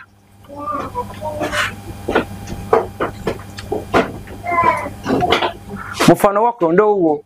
Mwingine atasema kwa kweli Mungu hakuangamiza watu, hakuua watu Sodoma. Mwingine ukitoka hapo anasimama na kipindi hapo anaonyesha namna Mungu alivyoua watu wapi? Na atawabanika wengine hata wapo mbele kwa moto kama ule ambao tunapikia kuni hapo. Hiyo mtasali vipi hapo? Mtaenda nyumba kwa nyumba na huyo. Na uelewe badiliko la kitabia litakuwa gumu, kwa sababu picha anayotazama yule kujipima kwenye kioo chake kina Mungu anayeua. Si ndio hivyo? Hiyo ndio taswira iliyo kwenye kisogo, na ndio hiyo inaongoza maisha yake yote. Mwingine ana picha ya Mungu mwenye upendo mkarimu kama vile Yesu. Umeelewa hapo? Unafikiri kadri mnavyoendelea kutazama pale muda mrefu, baada ya miezi miwili ukirudi kutazama au miaka miwili, ni nani utakuta amebadilika? Kama kwa kuangalia mtu anakuwa kama ile picha anayoitazama, nani hapo atabadilika? Kila mmoja atafanana na sura. Kwa vyovyote hamwezi kukaa pamoja, lazima kuwe na nini? Si unaelewa wale waliokwenda kule wamekamatwa Yesu? Wale waliokuwa na wauliza sio walikuwa sabato wenzao. Lakini walipowaangalia wasabato wao wa sebuleni walianza kusemaje? Yaani hata kutembea kwako kunaonyesha wewe ulikuwa moja? Wow. Basi kwa ufupi hapo mimi naomba nisimame hapo nikaribishe mtu aliye na swali. Kwa matengenezo hayo sio jambo la bahati mbaya. Kanuni ya Mungu ni ile ile ya kushughulika na watu, na hapa tunapokwenda kwa kweli hivi tuko karibu na mvua ya masika.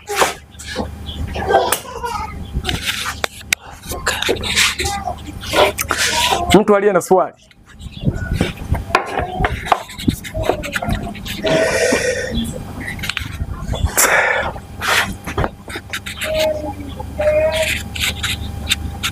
Saa 9 mpaka saa 11. Ni kweli? Aha, sawa sawa. Kwa hiyo kumbe tunakaribia hapo. Kama hakuna mtu ana swali, basi kuna mtu ana swali? Haya. Kwa hiyo wale ambao tuko kwenye makanisa yale dhaifu ya majumbani, yale ambayo tunachekwa na wale wengine, hapa hatujakosea chochote. Tuko sawa kabisa.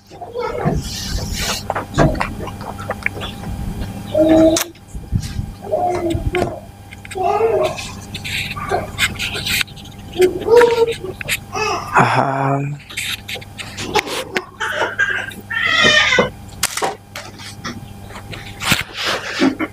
Sasa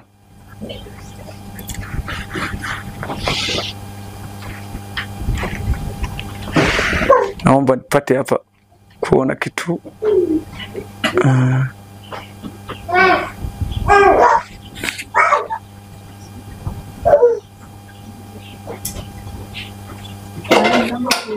Naam.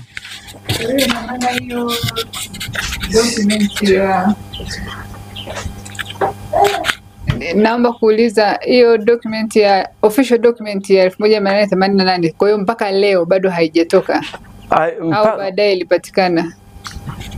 Sifikiri miongoni mwetu kile walicho present pale, kama hata baadhi ya watu wengi ambao mimi nimewasikia mpaka hivi leo, yani hakuna ambaye ameeleza juu ya kile ambacho waliwasilisha pale Minneapolis. Ila wanasema tu hivi, hata Review and Herald walikataa kuprint vitabu vya kina nani? Vya kina T. Jones.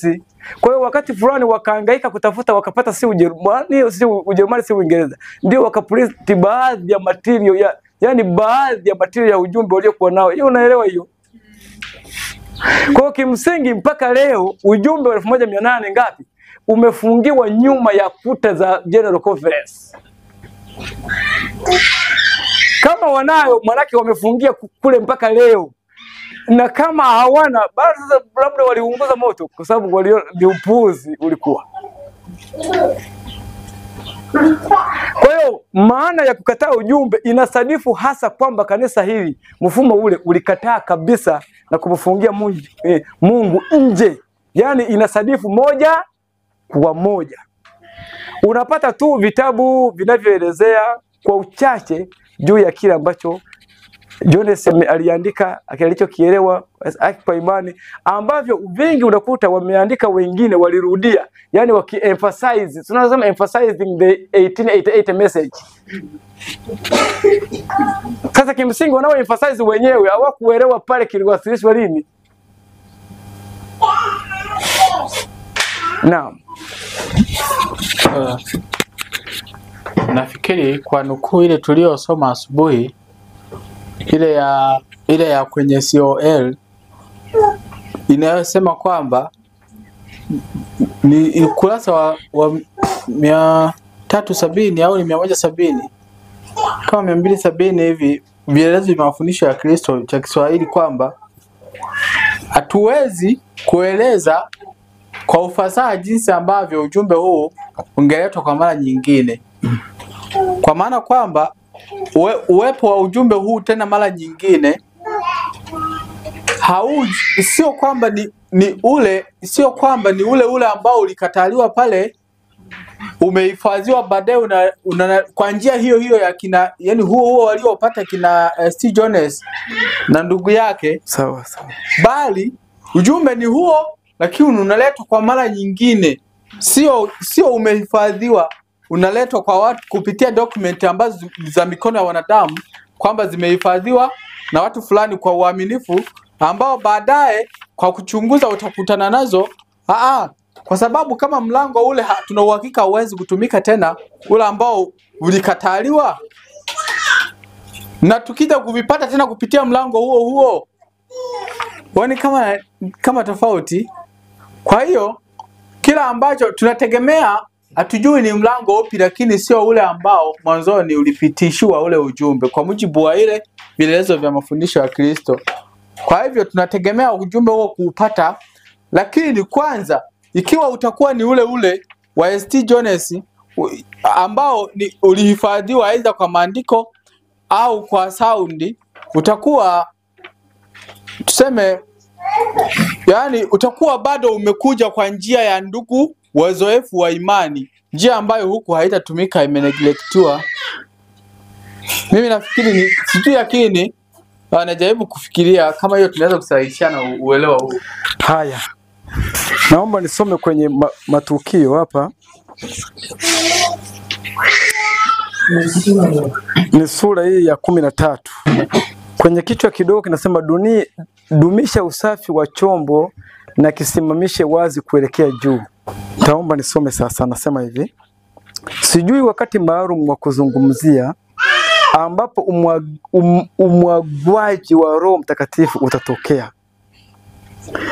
wakati malaika mwingine mwenye mamlaka kuu atakaposhuka kutoka mbinguni na kuungana na malaika yule watatu katika kufunga kazi inayofanyika kwa ajili ya ulimwengu. Ujumbe wangu ni kwamba usalama wetu pekee uko katika kuwa tayari kwa ajili ya burudisho lile la kimbingu, tukiwa na taa zetu zikiwa zimetengenezwa na zinawaka. Aha. Sasa hapa kama tunaielewa hii.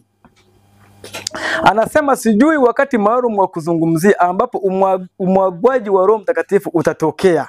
Kuna dash ambao unaweza kujaza hapo sentence maneno kama yani kwa lugha nyingine, wakati malaika mwenye mamlaka kuu atakaposhuka kutoka mbinguni na kuungana na malaika yule watatu katika kufunga kazi inayofanyika kwa ajili ya ulimwengu. Aha.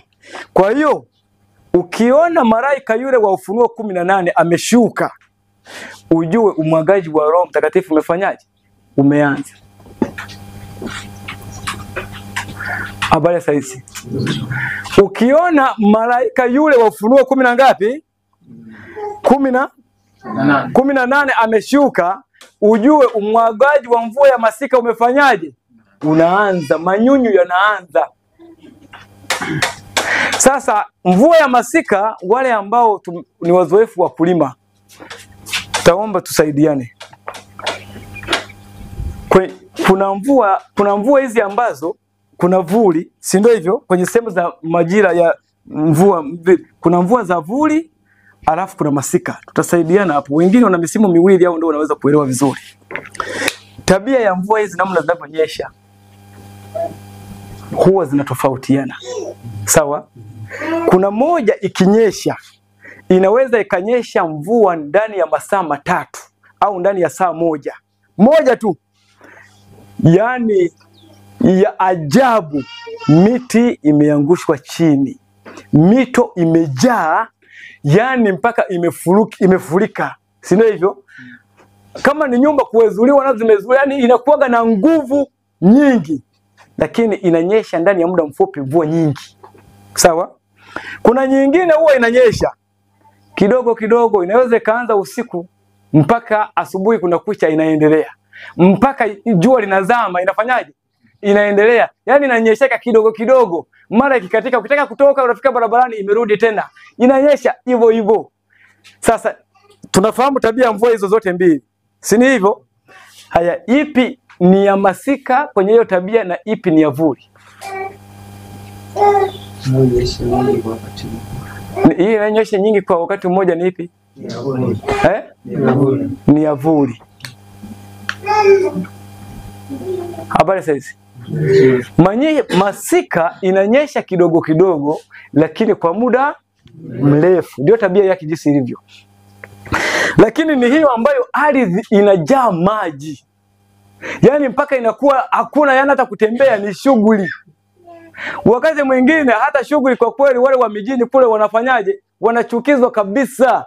Kama ni wale wanakula ugali wa muogo, kule kwetu tumezaliwa sisi tunakuwa na muogo. Yani kimsingi nyumba nyingi ukienda wanakula ugali mweusi. Nguo ukivua unaweza uanike siku 2 mpaka ya 3 nguo haijafanyaje. Wale wa mama wenye watoto wadogo wanakuwa wanazibanika kwa moto wa kwenye jiko. Unaelewa hiyo? Hiyo inaitwa mvua ya nini hiyo? Mvua ya masika. Kwa staili ya unyeshaji wa masika inanyesha inaweza kuwa taratibu lakini yenye muendelezo. Kwa maana yake nini? Umwagaji wa Roho Mtakatifu wa Pentekoste ulikuwa ni jambo lililofanyika ndani ya muda mfupi wa maandalizi. Walikaa pale sebuleni muda gani? Siku 40. Yaani Roho siku 40 ilikuwa ni baada ya Yesu kufufuka. Siku 10. Pale ilikuwa ni muda wa siku 10. Yaani uelewe kazi iliyofanyika ya Roho. Siku 10 ni Roho yuko moyoni mwao anawashughulikia. Wewe unatabia hii, wewe unatabia hii. Mtu anakiri kwa kweli ni hivyo hivyo. Anaenda chumbani kwake huko anajipigia magoti huko wapi anaomba msamaha kwa Mungu. Unaelewa hapo? Wanamalizana na Mungu. Kila kitu kinakuwa sawa, anaweka sawa. Mwingine naye hivyo hivyo. Mwingine ndani ya muda mfupi wote wameshuka, wamejishusha, wameachia kila kitu, vyombo vimekuwa safi. Mvua ikafanyaje? Ikanyesha. Na iliponyesha kwa muda mfupi iliutikisa dunia. Ndani ya muda nini? Mfupi, kazi kubwa sana ikafanyika. Sasa lakini hii ya masika haitakuwa kwa jinsi kama ile. Lakini ujazo utafanyaje? Roho atajaa. Unajua yani kumwagwa kwa lugha nyingine kunatajwa kama ujazo, kujazwa. Sasa kitu kinachojazwa ina maana ujazaji wa hapa na wa hapa uko tofauti. Hapa ni maji yalikuja kwa ghafla mengi, ni kama unatoa ndoo moja huko na mimina kwenye nyingine. Imemaliza. Lakini mwingine yuko kwenye koki. Si ndio hivyo? Ni chungwi taratibu, lakini hatimaye ndio inafanyaje? Inajaa. Ndio kazi inayofanyika hapa kwenye mvua ya masika. Kwa hiyo hii itafanyika kwa muda kulinganisha na hii, lakini hatimaye Roho Mtakatifu atafurika kwenye mioyo ya watu. Wale watakao kuwa wanaendelea kutengeneza nini? Mioyo yao kufuatana na taswira ya Kristo jinsi ilivyo, wafanane na Baba. Kwa hiyo tangu ambapo utakapogundua kwamba huyu ndiye malaika wa Ufunuo 18, kama utakapokutana naye mahala ukamuona, ujue upokeaji wa huyo ndio mwanzo wa kupokea Roho. Yani mvua ya masika ndio inaanza, ndio inataka, yani ndio imeanza moyoni kunyesha. Kama tulisoma ile nukuu ya kule kwenye sura ya 12 ilisema hivi, ujumbe huu yakinifu utakuwa na badiliko, utaleta badiliko katika moyo wa yule atakayefanyaje. Sasa badiliko lile linaletwa na nini? Yani ni udhihirisho wa Roho Mtakatifu ndani ya moyo wa mtu kimatendo. Yani utendaji wa Roho ndani ya watu utafanyaje? Utaonekana wale watakaompokea.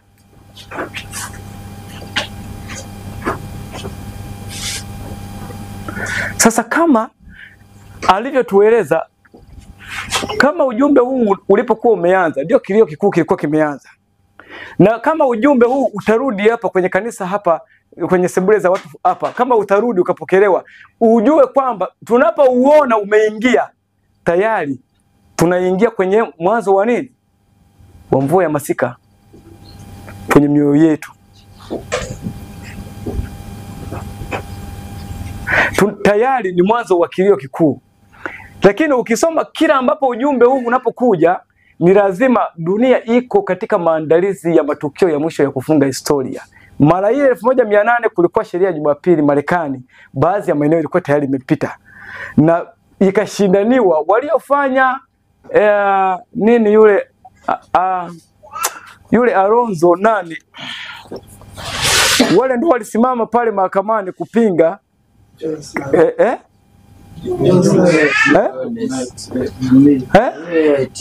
T. Jones ndio wakati huo nani ndio ambao wamesimama kupinga nani mafaili yale ya kesi yale yako mpaka leo, watu ukiyatafuta huko unayapata, pamoja hata na video za zile kesi ziko mpaka leo, ukizitaka unazipata. Ndio ambao walipinga, wakaulizwa kama serikali ingepitisha sheria ya Jumamosi, watu wote wanaopumzika Jumamosi, ina maana unataka kusema mungefanyaje? Mungeshtaki kama hivi. Wakasema hasa tungefanya hivi kama tulivyofanya. Kama serikali ingepitisha kwamba watu wote wao wanapumzika Jumamosi, tungekuja kupinga. Kwa sababu Mungu hamlazimishi mtu katika swala la ibada. Ndio maelezo ambayo Alonzo alitoa pale. Mungu saidia na maombi kulingana hali ilivyokuwepo ya kiroho, hali hiyo ikafanyaje? Ikaahirishwa, ikasukumwa mbele. Lakini tutarudi kwenye kanisa la hapo nyumbani. Basi naam, mtumishi, kuna mtu ana mkono? Yanaweza tuwepo na mengi, lakini hapa ni kama tunatoa tu mwelekeo wa kwenda kusoma. Yaani kama tunaweka msingi ambapo hatutaweza kueleza vyote. Tunaweka msingi tu ambapo tunapokwenda kutoka hapa tukienda kusoma, tuwe tunaelewa kwamba tulipo tunafanya kitu gani kwa usahihi na ni kipi pia tufanye kwa usahihi. Tunapohitimisha hivi, mimi kwa hivi siamini tutafikia tena tuwe na makanisa ambayo ni makubwa yako pale. Yaani tunapokwenda tuende kwenye makanisa makubwa yako pale na majengo, alafu kuna washiriki wengi humo. Isipokuwa tunakwenda kwenye ambako serikali zitazuia. Wale wote wenye haki ya kufanya hivyo ni wale waliosajiliwa na kutambuliwa na serikali. Kwa hiyo kanisa la Yesu badala ya kwenda kwenye umma na majengo, linarudi sebuleni mwa watu kadiri ambavyo siku zinavyokaribia kuja kwa nani? Na itafikia mahali ambapo hata familia moja na nyingine haziwezi kukusanyika pamoja siku ya Sabato. Kwa sababu mkifanya hivyo wakawaona majirani wanaripoti kwamba ile mliokataza ya kukusanyika nje na nini na utaratibu wa kisheria unaendelea kwenye nyumba ile.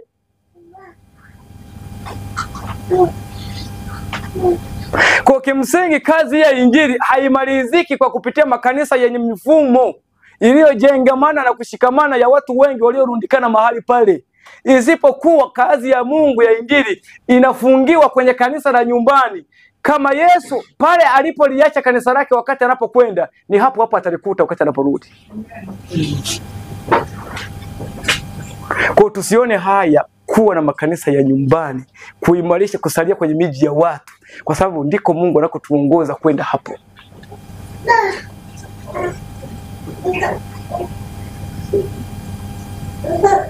Na ndio hapo tutapata Roho Mtakatifu. Ametaja akasema watakao kuwa kwenye kazi ya injili, sivyo, kwenye mikutano ya makambi, amesema yasiende hivyo. Haya, na kwingine ibada za wapi? Ibada za nyumbani. Sivyo? Kwa kwenye masinagogi msingi hakuna mvua ya masika. Uongo kweli? Hapajatajwa.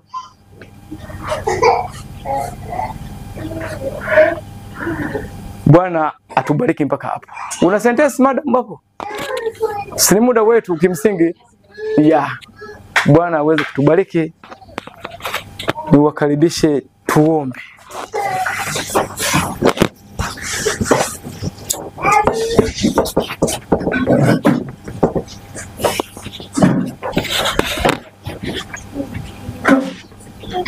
Basi tuongoze ombi tumishi. Tuombe. Baba yetu mwema, rafiki yetu mpendwa, asante kwa nafasi hii ya pekee na ya thamani katika maisha yetu ambayo umeweza kutupatia sisi watoto wako. Jina lako litukuzwe. Asante hata kwa fursa hii ya thamani ambayo Bwana umeitoa. Hatukustahili. Sio kwamba sisi ni wema sana. Sio kwamba sisi tumeyatenda mapenzi yako sana, hapana. Ni nafasi tu ambayo umeitoa na umeitoa kwa kila mwanadamu. Na hivyo Bwana, ni kwa neema yako tu sisi tumeweza kufika hapa. Jina lako litukuzwe. Nasi tunakuja mbele zako Baba yetu, tukiendelea kusii neema yako iendelee kuwa pamoja nasi. Kiendelea kuwavuta na wengine Bwana kuweza kutamani kusikia kweli hizi ambazo unatamani kutufundisha nyakati hizi za mwisho. Tunaishi katika kipindi kigumu sana, lakini ni kipindi ambacho pewa usalama bandia na mwovu Ibilisi, kuweza kuhakikisha kwamba hakuna hata mmoja anaokolewa. Lakini asante kwa neema yako ambayo inaendelea kutufunulia kweli zako, ambazo zinaendelea kutunyenyekeza miguuni pako, kuandaa kundi ambalo litaenda kupeperusha bendera dakika hizi za mwisho Bwana, likiwishi ujumbe, likitangaza ujumbe ambao ni maisha halisi ambayo yanatawala kila kanuni ya maisha yao. Tusaidie Bwana, sisi tulioko hapa tukawe miongoni mwa hao watu Bwana, tukayaishi haya ambayo tunajifunza, na sio kusikia tu, na sio kuwa na nadharia tu ya ukweli, bali maisha yetu yakaweze kudhihirisha kile ambacho tunakiamini, na hasa maisha yetu ndiyo yangezungumza zaidi. Tusaidie Baba yetu, tunyenyekeze, tukaanguke kweli katika mwamba ambao ni Kristo, akatuponde viburi vyetu na kujitumainia kwetu, na ubinafsi wetu tulionao Bwana ukapate kuvunjwa na kutupiliwa mbali. Maneno yetu, hisia zetu, fikra zetu zikabadilishwe, hata kumuona mwingine tu kwamba huenda hata okolewa, hatutakuwa na hisia hizo, bali tu tutaona ni neema yako ya pekee na kujishangaa sisi ni akina nani, kwa nini tumeelewa hivi, na kuendelea kuwaombea wengine kwa upendo na kutamani Bwana kama ulivyotamani kuwaokoa wanafunzi waliokuwa mbali na wewe, walipokuwa wakimkataa Yesu Kristo katika mawazo yao, ili hali wakidai wako naye, lakini kwa upendo wa mwanao aliendelea kuwasogeza karibu. Wale ambao walikuwa na viburi zaidi ya kina Petro, Yohana na Yakobo ndio aliwasogeza karibu zaidi. Hivyo tusaidie Bwana, tunyenyekeze. Kipindi hiki cha mwisho tunahitaji unyenyekevu wa hali ya juu sana, na hatutaweza tu isipokuwa tumejishusha na kunyenyekea miguuni pako uweze kutufundisha. Neema yako ikaendelee kutufunika, ikaendelee kutusii kusogelea wokovu wetu kwa kujifunza masomo kama haya ambayo yanatuelekeza hasa katika huduma ya Kristo, ambayo ndio inafungua ukweli wote ambao tutaufahamu dakika hizi za mwisho. Neema yako yatosha Baba yetu, tusaidie hata yale ambayo hatujaomba kwa sababu ya udhaifu wetu Bwana. Tunakusihi Baba, uendelee kutusaidia sawasawa na mapenzi yako. Turehemu pale ambapo tumekosea bila kujua Bwana. Tusamee Baba yetu, neema yako yatosha. Asante kwa huduma ya Kristo inayoendelea katika patakatifu pa mbinguni, patakatifu pa patakatifu chumba cha pili Bwana. Tunakusihi maombi yetu yakapate kibali machoni pako, sio kama sisi tutakavyo, bali mapenzi yako yakatimizwe. Ni katika jina la mwanao mpendwa Yesu Kristo aliye Bwana na Mwokozi wa maisha yetu tumeomba na kuamini. Amina. Amina.